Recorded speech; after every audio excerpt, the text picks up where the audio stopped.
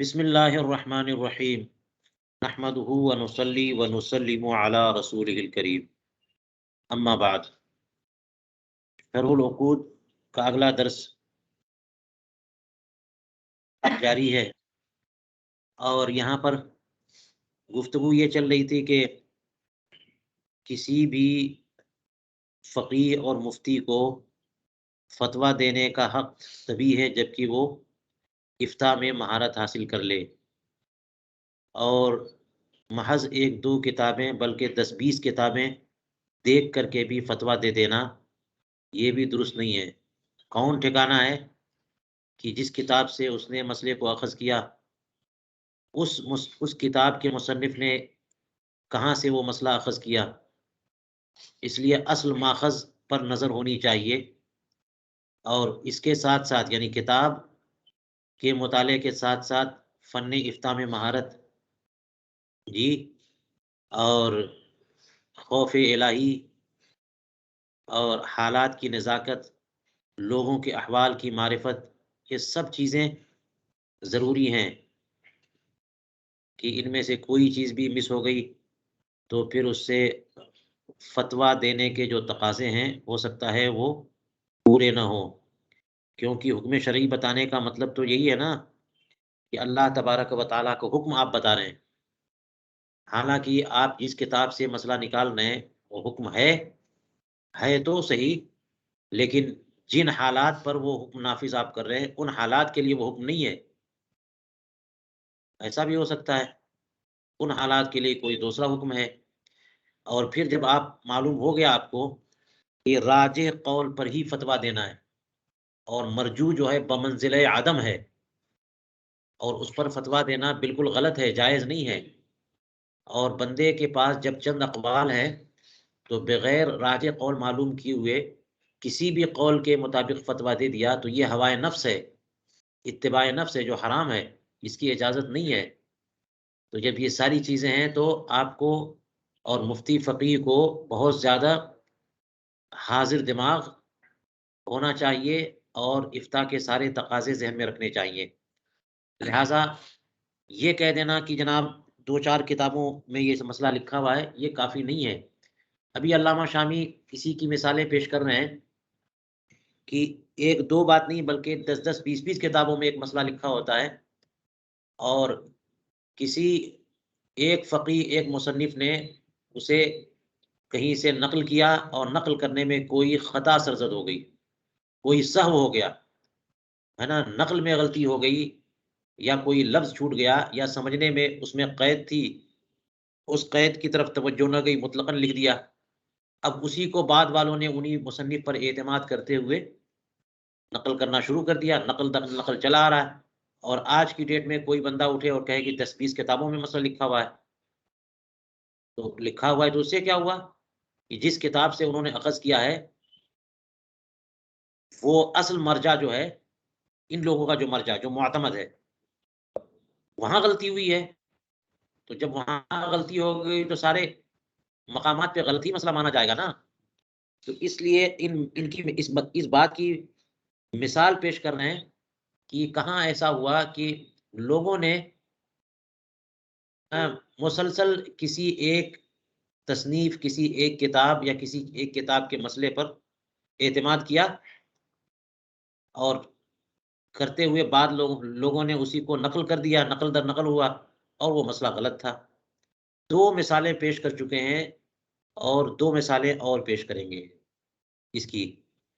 دیکھیے آج جو مثال پیش کر رہے ہیں وہ کہہ رہے ہیں وَمِن ذَلِكَ مَسْأَلَةُ عَدَمِ قُبُولِ تَوْبَةِ الصَّابِ لِلْجَنَابِ الرَّفِيعِ صلی اللہ علیہ وسلم، اسی قبیل سے ہے یہ مسئلہ کہ نبی کریم رؤوف الرحیم صلی اللہ تعالی علیہ وسلم کی بارگاہ میں گستاخی کرنے والا، توہین کرنے والا، دشنام اور گالی دینے والا، برا کہنے والا، ایسے شخص کی توبہ قبول نہیں ہوگی۔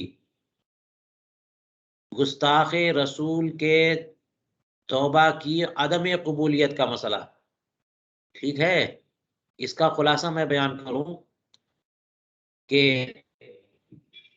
رسول کریم علیہ الصلوۃ والسلام کی بارگاہ میں کوئی گستاخی کرے تو اس کی توبہ قبول ہے کہ نہیں ہے؟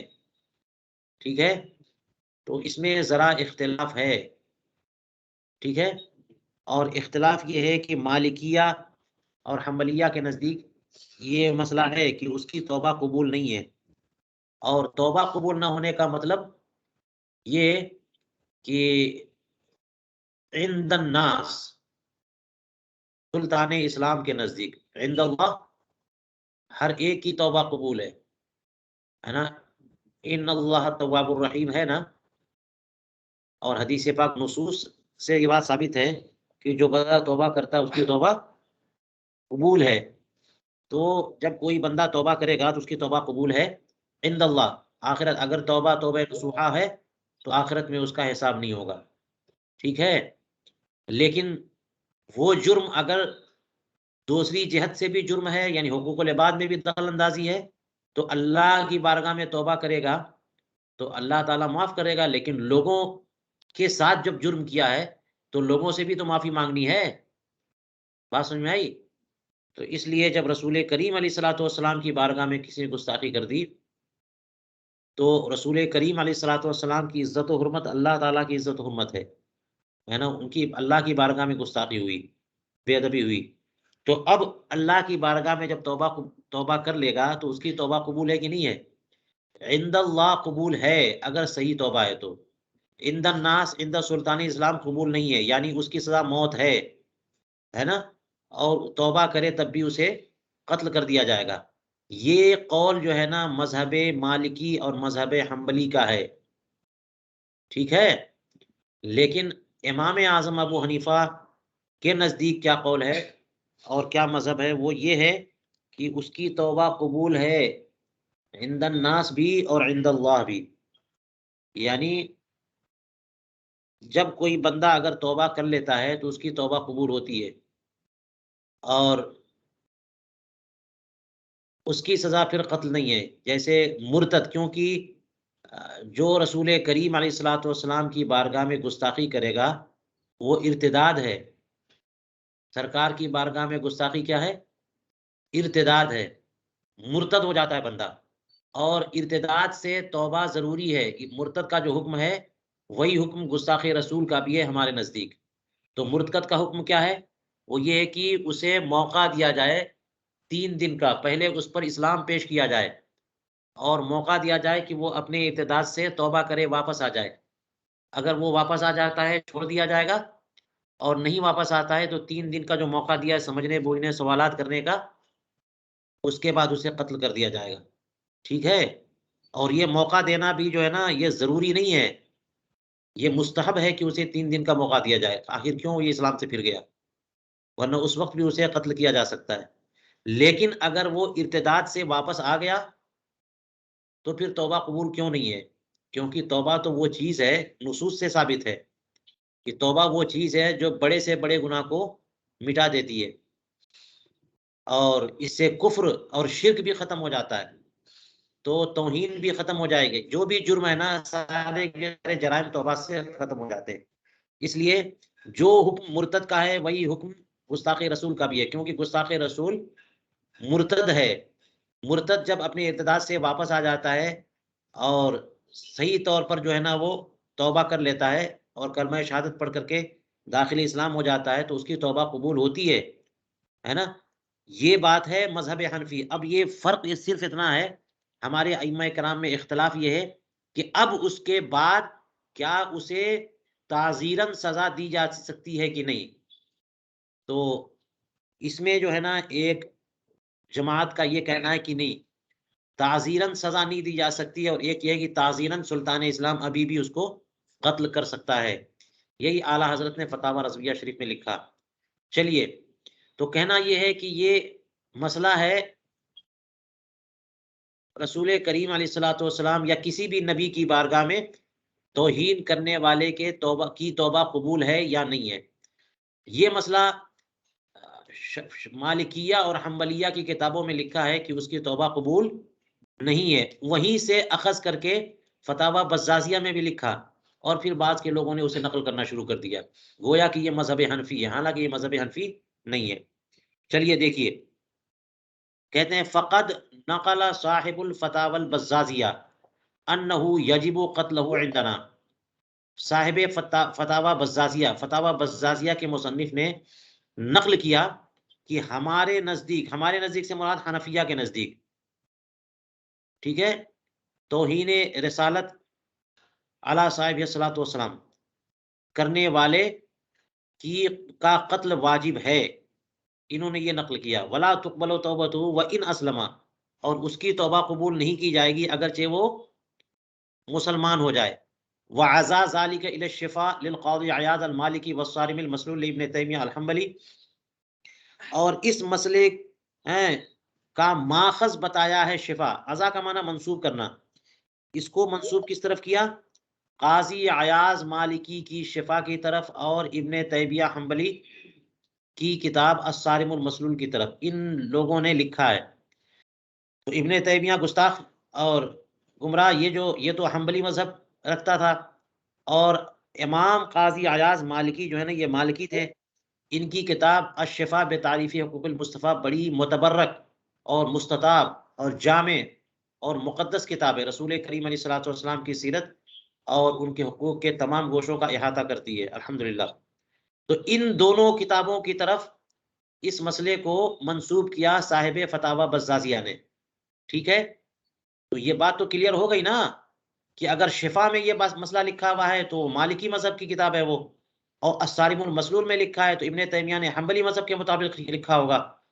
پھر اس کے بعد کے لوگ آئے عام فقہائے کرام، اور انہوں نے اسی کی متابعت کر لی فتاوی بزازیہ کی، وذکروہ فی کتبہم، اور ان حضرات نے اپنی کتابوں میں اسی مسئلے کو ذکر کیا، یہاں تک کہ فرمایا خاتمۃ المحققین ابن الحمام و صاحب الدرر والغرر، یعنی اس کو شرم بلالیہ کہتے ہیں، امام کمال الدین ابن حمام اور صاحب الدرر والغرر، ان حضرات نے بھی مع ان الذی، ان حضرات نے بھی، کیا مطلب؟ ان حضرات نے بھی اپنی کتابوں میں یہ مسئلہ لکھا کہ یہی مسئلہ مذہب حنفی ہے، مع ان الذی فی الشفا والصارم المسلول،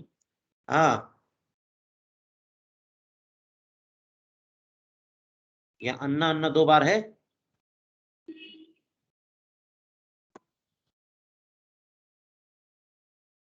جی حضور انا ذالک پھر آ رہے ہیں۔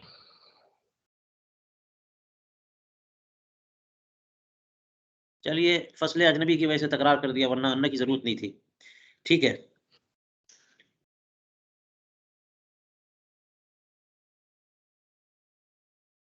نہیں فصل اجنبی نہیں، فصل طویل کی وجہ سے۔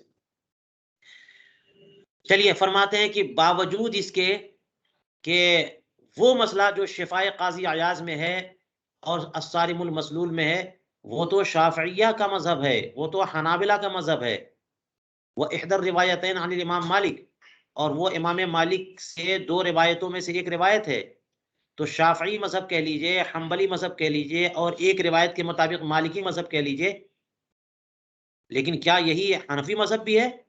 مع الجزم بنقل قبول التوبۃ عندنا، اس جزم کے ساتھ کہ ہمارے نزدیک جو ہے توبہ اس کی قبول ہے، اسی کو جزم کے ساتھ نقل کیا گیا ہے، ہمارے نزدیک قبولیت توبہ ہی منقول ہے اور اس کا پر جزم ہے، وهو المنقول فی کتب المذہب المتقدمہ کتاب الخراج لابی یوسف و شرح مختصر امام الطحاوی والنطف وغیرہ من کتب المذہب، اور یہی مسئلہ منقول ہے، یعنی توبہ مقبول ہے، جو بندہ بھی توبہ کرے گا نا، اگر وہ سچے دل اور صدق دل سے توبہ کرے تو توبہ کی قبولیت پر تو نص قطعی قائم ہے، نص شرعی قائم ہے۔ اس لیے فرماتے ہیں کہ یہی مذہب جو ہے نا منقول ہے ہماری پہلی کتابوں میں، جیسے امام ابو یوسف کی کتاب الخراج ہے، اور امام طحاوی کی شرح مختصر،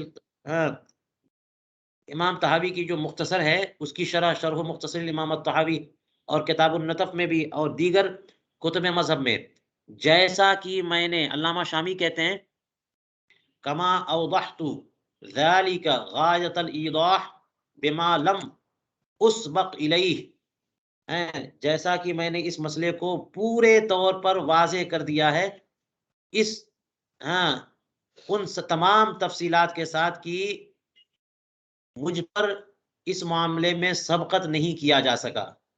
یعنی اس کا مطلب یہ مجھ سے پہلے اتنی تفصیل سے اس مسئلے کو کہیں کسی نے بیان نہیں کیا.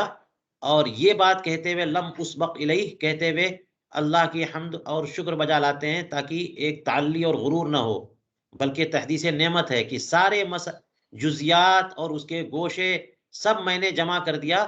اور حمد اور احسان اللہ سبحانہ و تعالیٰ کا ہی. کہاں میں نے جمع کیا؟ فی کتاب سمیتہ تنبیہ الولاة والحکام علی احکام شاتم خیر الانام او احد اصحابہ الکرام علیہ وعلیہم الصلاۃ والسلام. ایک ایسی کتاب میں جس کا میں نے نام یہ رکھا ہے، لمبا نام، اتنا لمبا نام، تنبیہ الولاة والحکام، کہ ولات اور حکام کو تنبیہ کرنا کہ شاتم خیر الانام کے احکام ہیں کیا، یا ان کے صحابہ میں سے کسی ایک صحابی کا شاتم کا حکم ہے کیا. ٹھیک ہے، علیہ وعلیہ الصلاۃ والسلام. تو چلیے یہ ایک مسئلہ سامنے آ گیا. اس پر جو ہے میں نے بتایا آپ کو کہ بات یہ ہے نا، اس کی وجہ کیا ہے کہ رسول کریم علیہ الصلاۃ والسلام کی گستاخی کرنے والا یہ تو مرتد ہے نا، اس میں کوئی اختلاف، پوری امت میں سے کسی کا کوئی اختلاف نہیں ہے کہ گستاخ رسول کیا ہے، مرتد ہے اور واجب القتل ہے، مباح الدم ہے. ٹھیک ہے، تو یہ ہے مسئلہ. لیکن اب یہ ہے کہ وہ اگر توبہ کرتا ہے تو اس کی توبہ قبول ہوگی کہ نہیں ہوگی؟ اس کی توبہ قبول ہوگی کہ نہیں ہوگی؟ تو اس میں اختلاف ہوا. بعض ائمہ کرام نے کہا کہ اس کی توبہ قبول نہیں ہے، یعنی سلطان اسلام کی بارگاہ میں وہ اسے پھر بھی قتل کرے گا. حنفی مذہب کیا ہے کہ اس کی توبہ جیسے مرتد حکم ہے وہی حکم کس کا ہے؟ گستاخ رسول کا بھی ہے کہ اگر وہ سچے دل سے توبہ کرے تو پھر اس کی توبہ کو قبول کیا جاتا ہے اور اس کا اسلام معتبر ہوتا ہے. اور اس کی وجہ یہ ہے کہ اس کی جو سزا ہے قتل، وہ سزا ارتداد کی وجہ سے یا حد کی وجہ سے.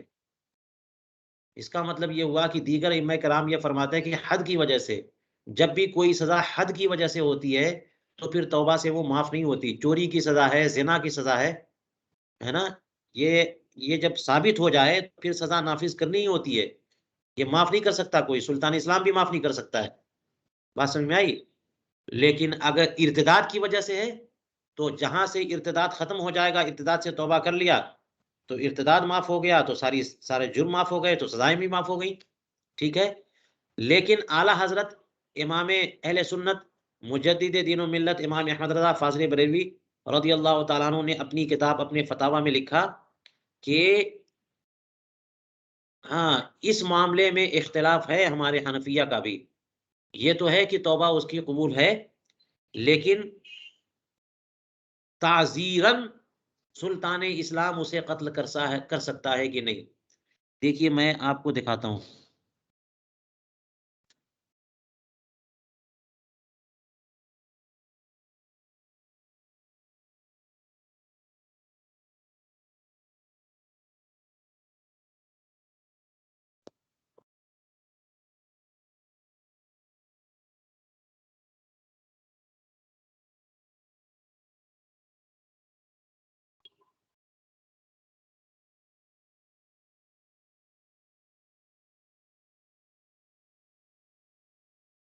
یہ پورا فتویٰ پڑھ لیجیے. یہ آپ کو کتاب نظر آ رہی ہے؟ جی آ رہی ہے. حضور یہ آ رہی ہے.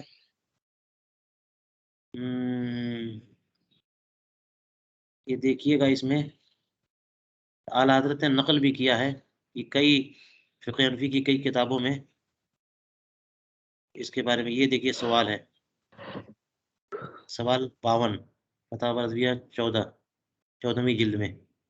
اس کے جواب میں بہت سارے نقول لکھنے کے بعد دیکھیے کتنا حکم سخت ہے گستاخ رسول کے بارے میں. یہ دیکھیے گا، پڑھیے گا، بہت سخت حکم ہے.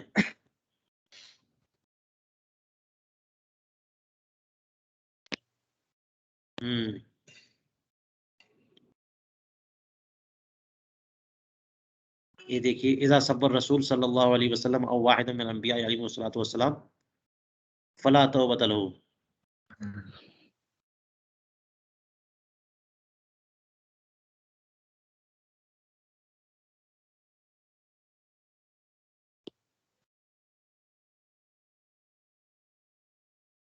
یہاں بھی در الحکام میں بھی ہے اذا سبہ صلی اللہ تعالی علیہ وسلم او واحد من الانبیاء صلوات اللہ تعالی علیہم اجمعین مسلم فلا توبۃ له اصلا.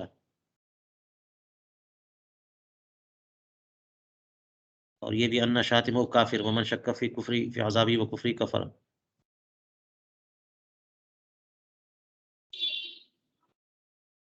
اور غنیت و ذوی الاحکام میں تو اور واضح لکھا ہے کہ محل و قبول توبۃ المرتد. یہ کہتے ہیں نا کہ جو مرتد ہے وہ توبہ کرے تو اس کی توبہ قبول ہے. مرتد کی توبہ قبول ہے تو گستاخ رسول کی بھی توبہ قبول ہے، وہ بھی مرتد ہے. لیکن اس میں استثناء کیا ہے یہاں پہ معلوم تکن ردتہ بسبب النبی صلی اللہ تعالی علیہ وسلم. اگر اس کا ارتداد نبی کریم علیہ الصلوۃ والسلام کو دشنام دے کر کے نہ ہو، کوئی اور ذریعے سے ارتداد کیا ہے. اگر سرکار کو برا کہا ہے فإن كان به لا تقبل توبته، توبہ اس کی قبول نہیں کریں گے. سواء جاء تائبا من نفسی او شہد علیہ بذلک بخلاف غیرہ من المکفر. اور مکفرات کا حکم الگ ہے.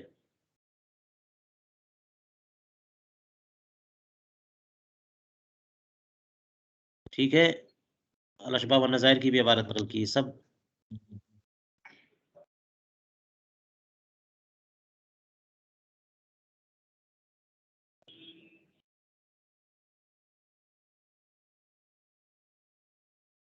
ٹھیک ہے،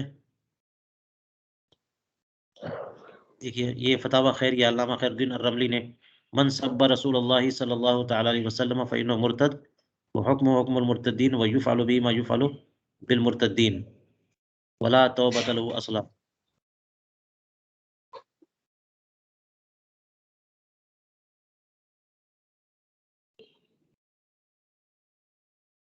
حضور یہ جو حدیث پاک ہے من سب نبیا فاقتلوہ، تو اس کے بارے میں بھی کلام کیا لوگوں نے، مگر وہ روایت کسی نہ کسی جہت پہ تو ملتی ہے.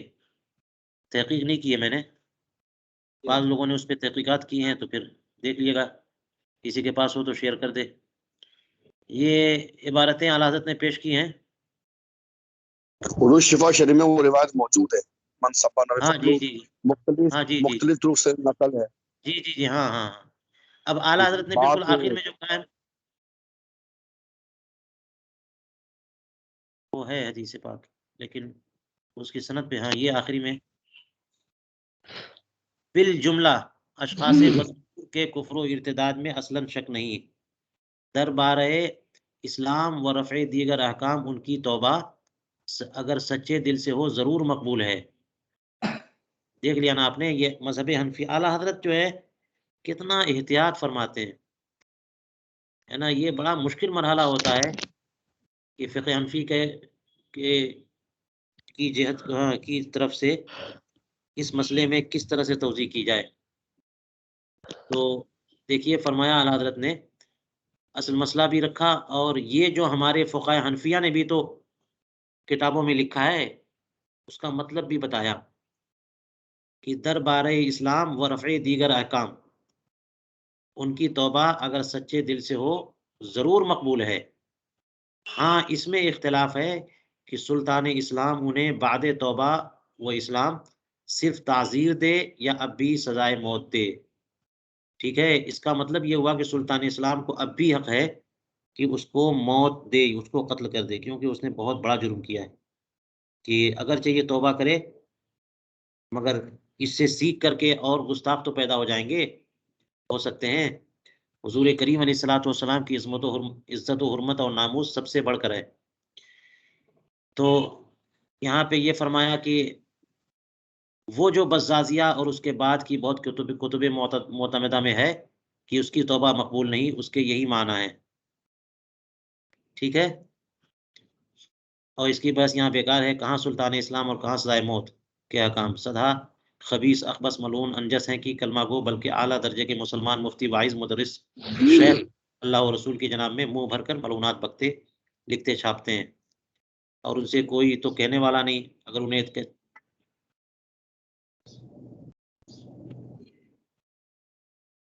اگر انہیں کہیے تو نہ صرف ان کے بلکہ بڑے بڑے مہذب بننے والے مسلمانوں کے نزدیک یہ بے تہذیبی و تشدد ہو۔ چلیے بہرحال میں اعلیٰ حضرت کی عبارت دکھانا چاہتا تھا۔ چلیے یہ ایک مسئلہ ہوا لیکن ٹائم پورا ہو گیا۔ مزہ بھی آ گیا ماشاءاللہ آج۔ ہاں چلیے اسی پر آج ختم کرتے ہیں درس، انشاءاللہ کل ذرا تفصیل سے آگے چلیں گے۔ جی حضور انشاءاللہ۔